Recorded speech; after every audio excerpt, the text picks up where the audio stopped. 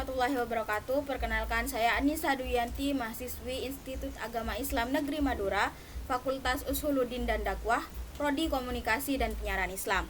Kali ini saya akan menjelaskan tentang dalil Al-Quran, karakteristik muhkam dan mutasyabih, dalalah qot'iyah dan dalalah dhoniyah.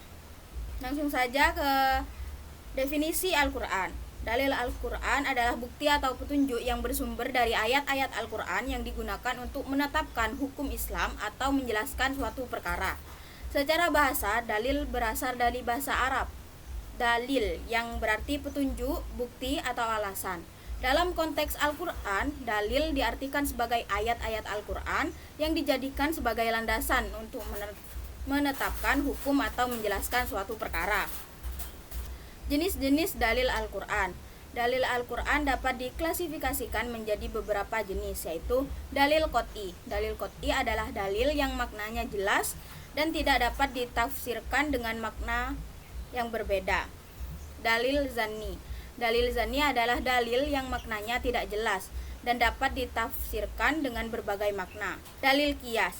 Dalil qiyas adalah metode perbandingan untuk menetapkan hukum suatu perkara dengan cara menyamakan perkara tersebut dengan perkara yang lain yang sudah ada hukumnya dalam Al-Quran dan hadis.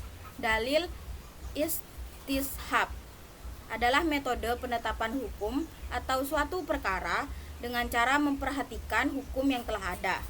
Fungsi dalil Al-Quran. Dalil Al-Quran memiliki beberapa fungsi penting dalam kehidupan umat Islam, yaitu sebagai pedoman hidup.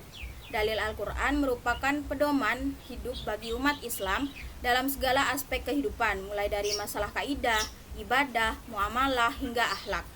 Sumber-sumber hukum Islam. Dalil Al-Quran merupakan sumber utama hukum Islam. Dalil Al-Quran membantu umat Islam untuk membedakan antara yang hak dan yang batil, antara yang baik dan yang buruk. Muhkam dan mutasyabih.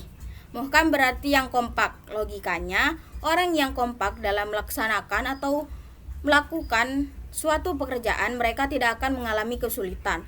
Sedangkan mutasyabih diartikan sebagai berikut: saling menyerupai yang satu dengan yang lainnya, sehingga keduanya itu mirip bentuknya sampai susah dibedakan. Dalam pengertian etimologi ayat-ayat Al-Quran dapat dikatakan seluruhnya mutasyabih. Dalam konteks ini dimaksud sebagai kesamaan ayat-ayatnya dalam hal baligh dan kemukjizatan.